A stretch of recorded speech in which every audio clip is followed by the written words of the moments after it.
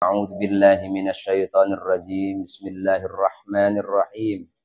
Wa ma arsalnaka illa kafatan linnas basyira wa nadhira walakinna aktsaran nasi la ya'lamun.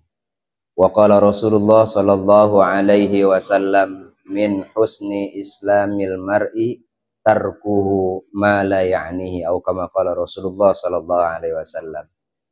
Ma'asyiral muslimin rahimakumullah, bersyukur kepada Allah Subhanahu wa taala atas segala nikmatnya. Kedua, salawat dan salam tak lupa kita sampaikan kepada baginda Nabi besar Muhammad sallallahu alaihi wasallam. Kita berharap syafaatnya dan mudah-mudahan berjumpa dengannya di jannahnya Allah Subhanahu wa taala. Amin ya rabbal alamin. Bapak Ibu yang dimuliakan Allah Subhanahu wa taala. Kenapa mencontoh Rasulullah sallallahu alaihi wasallam? Semua ada dalam diri Rasulullah sallallahu alaihi wasallam. Ada di antara kita yang kerjaannya mengembala kambing. Rasul pengembala kambing. Masih mudanya gembala kambing. Ada di antara kita ngembala sapi. Sama, Rasul juga ngurusin kambing, ngurusin onta. Ada di antara kita yang pedagang. Rasul juga pedagang. Bahkan dari kecil udah ngikut pamannya. Mundar-mandir dari Mekah ke Madinah, terus ke utara ke Syam. Dia balik lagi pedagang. Mendagangnya Rasul beda-beda metodenya. Ada mudorobah bagi hasil. Ada musyarakah. Ngumpulin dana, orang-orang dikumpulin. Kemudian Nabi Muhammad SAW dikerjain. Dia bisnisin. Untungnya baru dibagi lagi. Macam-macam metode dagangnya. Ada di antara kita yang seneng banget jalan-jalan. Yang seneng banget touring. Nah, jadi estra. Nabi juga senengnya jalan-jalan. Nabi senengnya jalan-jalan. Pergi ke sono, pergi kemari. Makanya dia agungkan dalam Al-Quran. Dijelaskan dalam Al-Quran. Apa? Li'ilafi Quraisy, tuh ya enggak, ilafihim rihlah. Kerjaan Nabi emang jalan-jalan, dia dakwah ke sono kemari. Makanya kalau yang jalan-jalan biasanya panjang umurnya. Ada di antara kita yang jadi pendakwah, Nabi pendakwah. Ada di antara kita yang jadi jenderal, Nabi bukan lagi jenderal, pemimpin perang. Oh, Nabi Muhammad pemimpin perang, bukan cuma jenderal, pemimpin perang. Apa yang ada dari Rasulullah lengkap semuanya. Di antara kita ada yang jadi suami. Wah, Nabi punya menjadi suami yang paling jadi idaman bagi istri-istrinya.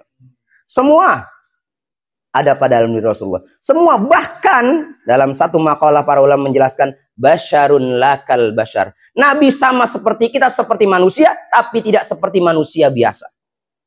Nabi sama kayak kita, tapi nggak seperti manusia biasa. Hal yang paling ringan, nih, Nabi, ini mohon maaf, ada bindang hidung saya ini, ya, karena baru balik.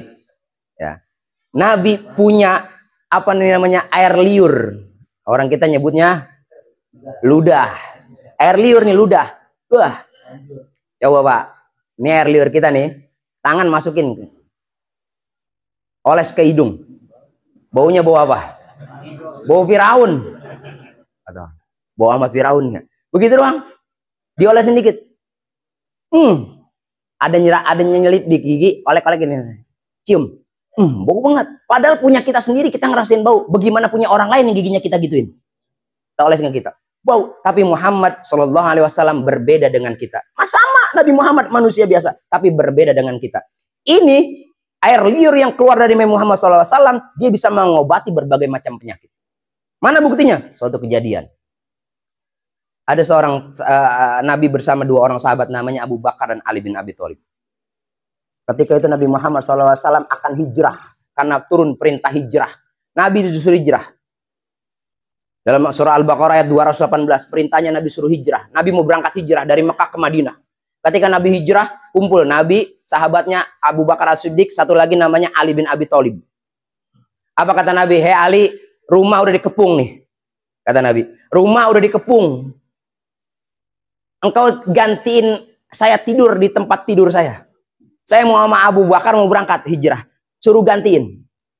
Kalau orang soleh, ya Ali bin Abi Thalib orang soleh nih. Dia nggak pakai ngomong apa-apa lagi. Siap, saya gantikan tempat tidur Nabi. Orang soleh. Dan orang pinter. Kalau di kita banyak kan orang pinter yang kagak soleh. Kalau orang soleh ngikut aja kata Nabi ini ngikut. Ya, orang kita banyak yang pinter tapi kagak soleh. Coba kalau kita suruh gantiin. Enak aja, gue yang muda. Itu Abu Bakar yang tua aja. Katanya begitu orang kita. Nah, Ali bin Abi Thalib nggak begitu. Ali bin Abi Thalib gantiin tidur Nabi. Dikepung rumah Nabi, Nabi keluar dari rumahnya. Apa yang Nabi Muhammad SAW lakukan?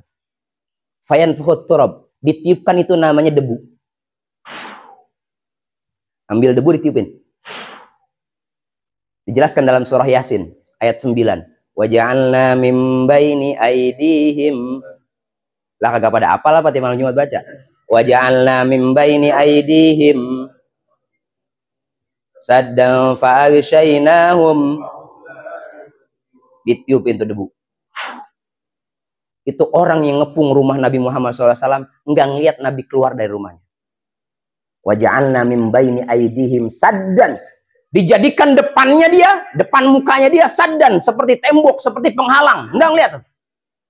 Wa min khalfihim saddan. Di belakangnya seperti ada penghalang. Dia nggak tahu apa-apa. Fa'aghshaynahum fahum la yubsirun. Itu matanya nggak ngelihat apa yang keluar dari rumah Nabi. Nabi keluar, itu orang banyak itu nggak ada yang ngelihat. Nggak ngelihat tuh. Keluar Nabi dengan Abu Bakar. Sebelum berangkat hijrah, Nabi pergi dulu. Kalau langsung ke Madinah, orang kafir Quraisy pada tahu, dikejar ke Madinah. Tapi enggak. Cara ngelabuinnya adalah Nabi ngumpet dulu di dalam satu gunung namanya Jabal Tsur. Naik ke atas gunung itu. Orang kalau naik ke atas gunung itu, jalan kaki biasa normal, paling cepat 1,5 jam. Paling cepat. 1,5 jam paling cepat naik ke atas gunung itu, Jabal Tsur. Mau tahu tempatnya? Makanya umroh. Naik tuh Nabi ke atas gunung. Ngumpet dalam satu goa. Namanya goa Gharu Tsur. Dalam bahasa Arab ada dua tuh. Ada Ghorun, ada Kahfun. Kalau Ghorun itu goa yang cuma tumpukan batu muat berapa orang doang. Tapi kalau Kahfun itu goa yang gede. Yang luas banyak orang masuk namanya Kahfun. Naik ke atas Jabal Tsur. Masuk ke dalam goa.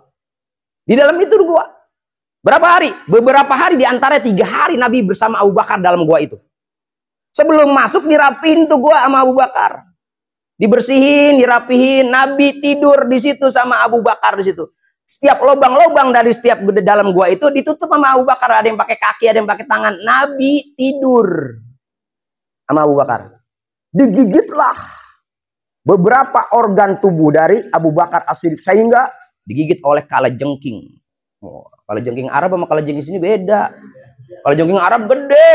Wah, Arab kena racunnya, keringetan. Keringetnya netes ke Rasulullah SAW. Nabi nanya, kenapa Abu Bakar? Nabi jawab apa? Nabi bilang apa? Abu Bakar menjawab, nggak ada apa-apa, nggak ada masalah. Kata Nabi, la takhaf wa la tahzan. Jangan takut, jangan sedih. Innallaha ma'ana. Sesungguhnya Allah bersama kita. Dilihat itu, digigit kalajengking. Apa yang Rasulullah SAW lakukan? Diambil itu bagian tubuh yang digigit oleh kalajengking. Kemudian Nabi tiupkan dengan ludahnya. Sembuh. Ludah Nabi sembuh. Ya, kita jatuh, mau ludahin sekilo juga jatuh, kagak sembuh. Tapi kalau kebaret dikit nih kita, baret dikit jatuh apa? Diolesin ludah sama kita kan? Tanya Pak dokter, itu ludah kita isinya apa aja Pak? Sehingga kadang-kadang itu ampuh. Daripada pakai betadin, makin aja dah. Membunuh kuman. Jangankan kuman, orang aja kabur sama ludah kita, apalagi kuman gitu. Ampuh tuh. Ini. Itu Nabi di atas gua Tsur, ada seorang perempuan yang nganterin makanan selamanya.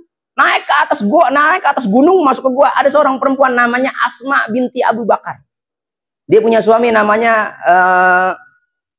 Zubair bin Awam. Zubair bin Awam ini mantunya Abu Bakar As-Siddiq. Suaminya Asma binti Abu Bakar. Asma binti Abu Bakar lagi hamil. Naik ke atas gunung. Yang kalau naik orang 1,5 jam sampai 2 jam. Lagi hamil. Nganterin makanan tuh selama bapaknya sama Nabi Muhammad SAW ada di Gua Tsur. Dia naik. Nganterin makanan. Tadi turun lagi. Lagi hamil. Waktu itu belum ada anak tangganya. Mancal. Naik ke atas. Orang kafir ngejar Nabi Muhammad SAW ke situ. Ketika sampai di depan guanya, dilihat ada sarang laba-laba. Sama burung yang lagi ngerem. Apa kata orang kafir? Ini mah kagak ada orang di dalam. Kenapa? Orang ada sarang laba-laba sih. Depannya juga ada burung sih. Kayaknya kagak ada orang ini mah. Dia balik lagi. Itulah keagungannya Nabi Muhammad SAW. Ijaz dikasih, mukjizat Allah kasih kepada Nabi Muhammad SAW. Maka contohnya Nabi Muhammad SAW. Ludahnya aja manjur. Betul Pak? Basyarun la kal basyar. Manusia biasa kayak kita, tapi nggak biasa dia seperti banyakan orang. Dia manusia tapi nggak sama-sama banget sama kita, nggak beda. Makanya proses nih, kegiatan kita, ya haflah, pertemuan begini, memperingati Maulid Nabi Muhammad SAW, bukti cinta kita kepada Rasulullah SAW. Sebagaimana Rasulullah SAW juga sangat cinta kepada umatnya. Oh, Nabi cinta banget sama kita. Lihat Nabi yang lain. Nabi yang lain udah bosen sama dakwahnya, dia minta sama Allah. Nabi Nuh. Nabi Nuh dakwah ribuan tahun. Kagak ada yang mau ikut, bahkan anaknya nggak mau ikut dia. Nabi Nuh dakwah ribuan tahun. Orang nggak ada yang mau ngikut dia. Anaknya aja kabur, nggak mau ngikut bapaknya. Bayangin tuh. Akhirnya apa? Nabi Nuh minta sama Allah Subhanahu wa taala agar diazab kaumnya. Bayangin. Nabi minta diazab kaumnya. Nabi Muhammad begitu nggak? Maka beruntung ketika kita punya Nabi Muhammad SAW. Itu Nuh minta sama Allah. Ya Allah, turun nih azab nih pada umat saya. Kepada kaum saya yang nggak mau ikut perintahmu, yang nggak mau ikut saya untuk mentauhidkanmu ya Allah. Apa kata Allah Subhanahu wa taala? Lu mah tenang aja, lu bikin aja perahu di atas bukit. Nabi Nuh bikin perahu di atas bukit. Orang kampung pada nanya, lu bego ya? Katanya begitu. Kenapa bikin perahu di atas? Itu kalau kita ke mana tuh, daerah-daerah Sulawesi itu, pinggir-pinggir laut, itu orang pada bikin perahu, bikin kapal itu di pinggir laut. Ada nggak dibikin di atas gunung? Hah? Tuh ada orang yang bikin perahu di atas gunung. Kalau kita ke Setu Patenggang, pernah ke Setu Patenggang? Ciwidey, ada orang bikin perahu di atas gunung tuh. Restoran. Restoran bentuknya perahu. Jangan-jangan, wah ini kayaknya yang bikin Nabi Nuh nih, kayaknya begitu. Restoran. Itu bikin perahu di atas gunung. Orang kampung pada aneh, nih orang gila ya bikin perahu di atas gunung. Orang gak ada yang percaya. Sampai itu perahu jadi, orang meremehkan. Setiap orang kampung datang ke situ, bawa kotoran. Itu perahu diberakin. Datang lagi, berakin tuh perahu. Terus diremehkan. Ada orang setruk masuk ke perahu. Sembuh. Balik. Kenapa lu? Kok bisa sembuh? Oh, gue masuk ke perahu Nuh. Emang apa? Banyak buat tai katanya jadi sembuh. Bener, besok orang pada bawa rantang. Kenapa? Ijaz Allah kasih di situ. Nabi Nuh mendoakan kaumnya agar diazab. Kemudian apa yang Allah turunkan? Allah turunkan hujan yang lebat. Faqul tustaghfaru rabbakum innahu kana ghaffara yursilis samaa 'alaikum midrara wa yumdidkum bi amwali wa banin wa yaj'al lakum jannati wa yaj'al lakum anhar. Nabi Nuh doain kaumnya agar diazab. Beda Nabi Muhammad SAW. Nabi Muhammad berangkat ke Taif. Ada yang pernah ke Taif? Ada yang pernah ke Taif? Pak Masmi kemarin ke Taif nggak? Nggak, umroh lagi besok, daftar lagi. Berarti. Yang belum ke Taif, buruan daftar umroh, buruan. Taif itu daerah tinggi. Gunung, pegunungan, dingin. Kalau kita berangkat dari Mekah, pakai mobil pribadi, sejam nyampe. Tapi kalau pakai bis, muter 2 jam. Karena muter, nggak bisa langsung karena jalannya kelok-kelok begitu tuh. Bagus. Kita bisa ngelihat naik telefrik, naik kereta gantung, kelihatan, Taif bagus, daerahnya dingin. Ini biar seneng aja besok, mudah-mudahan bisa ke sono, bisa gue daftar begitu. Namanya Taif. Nabi berangkat ke Taif, daerah pegunungan. Di sana tempat pertanian, buah-buahan banyak, sayur-sayuran banyak. Pokoknya mantap dah pokoknya. Ini saya gambarin dulu. Kayaknya enak begitu. Cepet-cepet DP cuma 5 juta, cepet-cepet. Berangkat tuh Nabi ke Taif.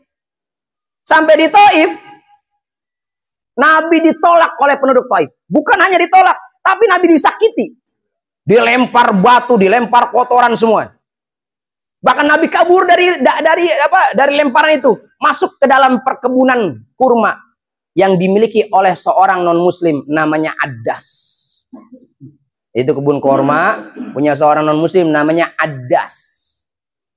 Makanya di Taif ada masjid namanya Masjid Addas. Dibikin tuh sekarang namanya Masjid Addas. Kenapa? Itu orang non-muslim yang pernah nolong Nabi ketika Nabi masuk ke dalam kebunnya ketika Nabi dikejar-kejar.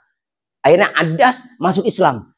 Di Taif, dakwahnya Nabi seberat itu, yang masuk Islam cuman dimusuhin, berdarah keningnya, berdarah tubuhnya, dilempar batu. Apakah Nabi sama seperti Nabi Muhammad, sama seperti Nabi Nuh? Tidak. Datang Jibril, Jibril datang. Ya Muhammad, kamu mau apa? Dakwahmu ditolak. Apa perlu ini? Gunung yang besar di Taif. Taif itu gunung tinggi banget, Pak. Kalau kita bilang puncak tinggi, Taif lebih tinggi gunungnya. Betul Pak Jedesra? Dan di sana gunungnya nggak ada pohon. Betul ya? Nggak ada pohon, bebatuan doang. Bahkan ada trek jalan, sekarang ada jalan raya. Ada kalau kita naik kereta gantung, di bawahnya itu ada trek jalan masa lalu, zaman dulu. Ada tangga-tangganya. Itu curam dan serem. Kata malaikat, kalau kamu mau, aku angkat gunung ini dan aku tumpahkan kepada penduduk Taif. Apa kata Nabi Muhammad SAW? Justru Nabi Muhammad SAW mendoakan penduduk Taif. Apa? Kata Nabi, Allahumma hdi qaumi fa innahum la ya'lamun. Ya Allah, berikan hidayah kepada penduduk ini. Karena dia nggak tahu saya datang kemari mau ngapain. Bayangin, disakiti tapi dia mendoakan. Ada nggak orang kita disakiti mendoakan? Nggak ada orang kita disakiti. Awas lo, gue balas lo. Gue dibandring, besok gue bandring lagi lo. Gue diinjak, besok gue injak lagi lo. Gue diselepet, besok gue selepet lagi. Beda dengan Nabi Muhammad SAW. Fabima rahmatim minallahi lintalahum.